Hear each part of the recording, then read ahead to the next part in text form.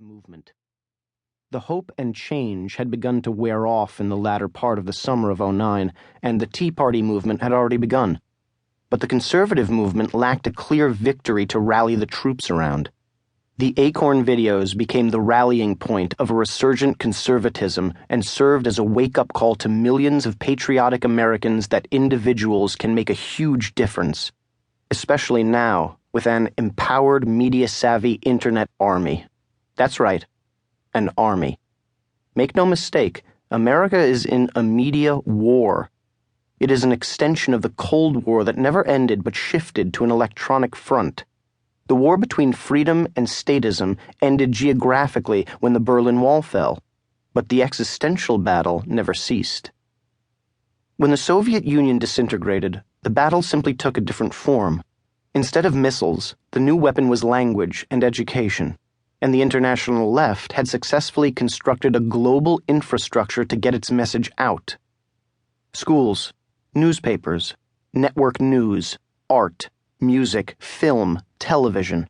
For decades, the left understood the importance of education, art, and messaging. Oprah Winfrey gets it. David Geffen gets it. Bono gets it. President Barack Obama gets it. Even Corey Feldman gets it. But the right doesn't. For decades, the right felt the Pentagon and political class and simple common sense could win the day. They were wrong. The left does not win its battles in debate. It doesn't have to. In the 21st century, media is everything. The left wins because it controls the narrative. The narrative is controlled by the media. The left is the media. Narrative is everything. I call it the Democrat media complex, and I am at war to gain back control of the American narrative. I have allies, veterans who have helped pave the way. Rush Limbaugh and the phenomenon of conservative talk radio are only 20 years old. So desperate was the right for an outlet to express itself that tens of millions now get their information from what was the formerly moribund AM dial. Please understand that Rush Limbaugh is reviled less for what he says than because he shot the first shot of the new media war over 20 years ago when he turned AM into the meeting place for America's massive conservative underground. Because of Rush, there are countless imitators influencing large amounts of people across America in a billion-dollar talk radio industry that didn't exist a generation ago.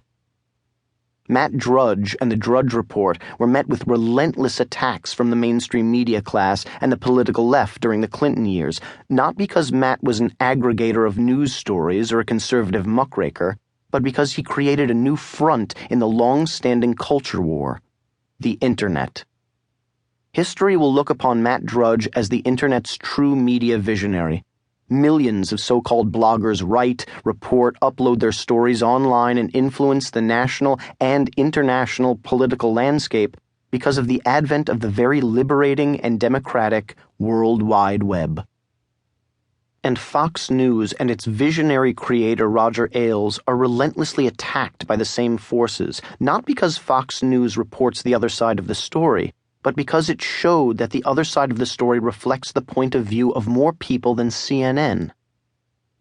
The constellation of AM talk radio, the Internet, Drudge Report, plus countless bloggers, and Fox News represent the successful, better-late-than-never counterattack against the left's unchallenged control of the culture of a center-right nation.